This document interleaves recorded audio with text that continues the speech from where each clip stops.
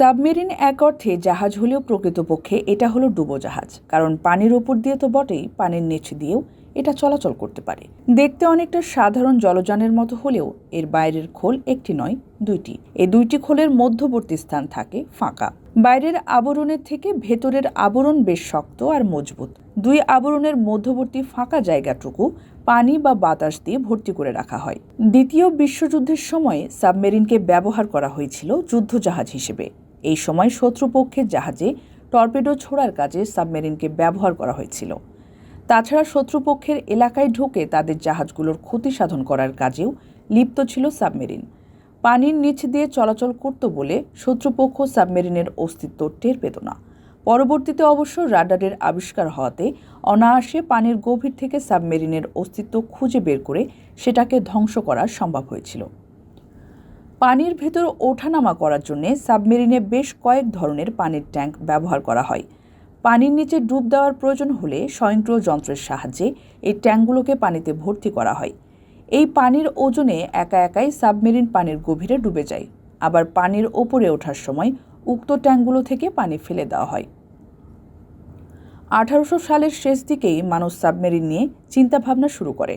Robert Fulton নামের একজন জাহাজ প্রস্তুতকারক প্রথম তৈরি করেন ডুবোজাহাজ। তার নামেই জাহাজটির নামকরণ করা হয় ফুলটন নামে। তবে জাহাজটিকে সত্যিকার অর্থে সাবমেরিন বলা যায় না, কারণ জাহাজটি সমুদ্রের তলদেশে অবস্থান করতে পারত বটে, তবে গতিবেগ নিয়ে ছুটে চলতে পারত না।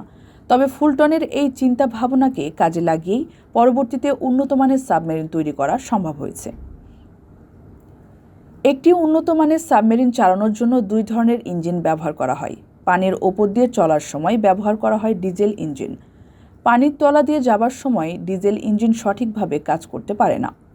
এই সময় ইলেকট্রিক ইঞ্জিন ব্যবহার করা হয়। এই ইলেকট্রিক ইঞ্জিনে বিদ্যুৎ শক্তির যোগান দেয় বড় আকারের ডায়নামো বা বিদ্যুৎ উৎপাদক যন্ত্র।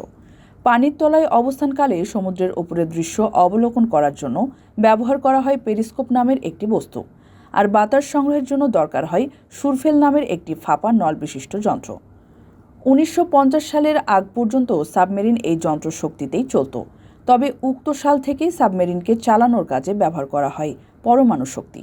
এই শক্তি ব্যবহার করে প্রথম ডুবোজাহাজ তৈরি করে আমেরিকা। পরে তার দেখাদেখি রাশিয়াও তৈরি করে সর্বাধুনিক পারমাণবিক ডুবোজাহাজ বা সাবমেরিন। এই সাবমেরিনগুলো দীর্ঘদিন ধরে পানির অনেক গভীরে অবস্থান করতে পারে। বিশেষ করে তীব্র বরফাচ্ছন্ন এলাকাগুলোতে বরফের নিচের পানিতে অবস্থান করতে পারে পারমাণবিক শক্তিচালিত সাবমেরিন। সেখান থেকে স্থলভাগের সাথে যোগাযোগের ভিত্তিতে প্রয়োজনীয় তথ্য সরবরাহ করার মতো আধুনিক ব্যবস্থাও রয়েছে এই ডুবোজাহাজে।